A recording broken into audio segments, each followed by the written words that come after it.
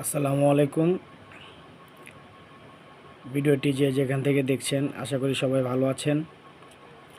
আমি আজকে নতুন আরেকটি ভিডিও আপনার জন্য নিয়ে এসেছি। আপনারা যে সামনে তদবিরটি দেখতে পাচ্ছেন একটু ভালোভাবে লক্ষ্য করবেন। যে তদবিরটি দেখতে পাচ্ছেন এই তদবিরটি হচ্ছে আমাদের সমাজে অদৃশ্য যে মাকলুক, আমরা জানি অদৃশ্য মাকলুক বলতে জিন জাতি আছে। তো কিছু জিন জাতি আছে যে খারাপ জিন, যারা নাকি মানুষের প্রতি আসর করে, মানুষকে ডিস্টার্ব করে, বিভিন্ন রকম পেরেশানি করে। এরকম মানুষ অনেক আছে যাদেরকে জিন্নারা বিরক্ত করে বা আসর করে বা ক্ষতি করার চেষ্টা করে। যদি এরকম কেউ থাকে আর আমার এই ভিডিওটা যদি আপনারা দেখেন, তাহলে এই তদবিরটা আপনারা সংগ্রহ করবেন বা এখান থেকে লিখবেন। এটা যদি আপনারা যেভাবে আমি বলি সেই নিয়মে যদি আপনারা লিখতে পারেন, তাহলে আশা করি কোনো কবিরাজের কাছে যাওয়া লাগবে না, কোনো হুজুরের কাছে ঝাড়ফুঁক দেওয়া লাগবে না। এটার মাধ্যমে সমাধান ইনশাল্লাহ হয়ে যাবে। তো এটা হচ্ছে সূরা আহকাফ এর নকশা। সূরা আহকাফের নকশা আপনারা দেখতে পাচ্ছেন, এখানে লেখা আছে স্পষ্ট। এটা দেখেন, আর তারপর আমি মুখে নিয়মটা বলছি। এটা হচ্ছে সূরা আহকাফ।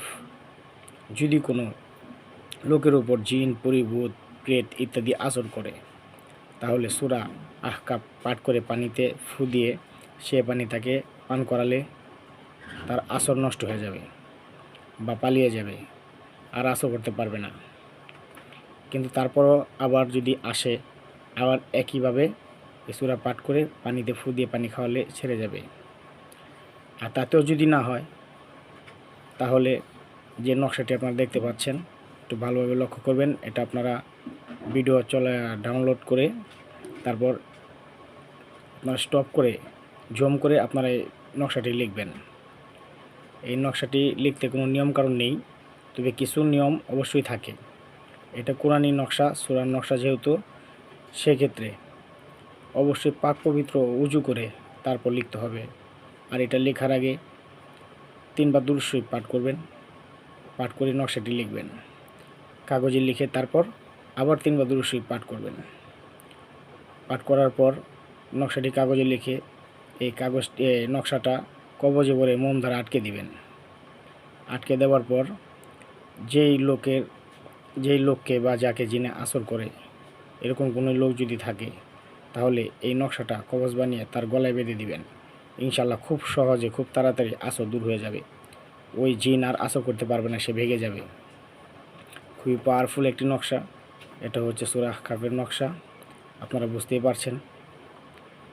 অবশ্যই ব্যবহার করবেন, ট্রাই করে দেখবেন। যদি কাজ হয় আমাকে কমেন্ট করে জানাবেন।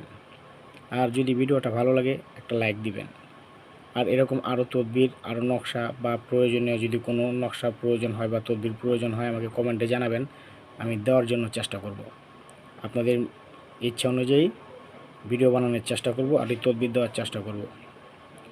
আর চ্যানেলটি সাবস্ক্রাইব করে দিবেন, তাহলে আমি যে ভিডিওগুলো করি আপনারা তা পেয়ে যাবেন। আর যদি এই নকশাগুলি, নিয়মগুলি আপনারা নোট করে রাখেন, তা আপনারা পরবর্তীতে কাজ করতে পারবেন। আজকে এ পর্যন্তই।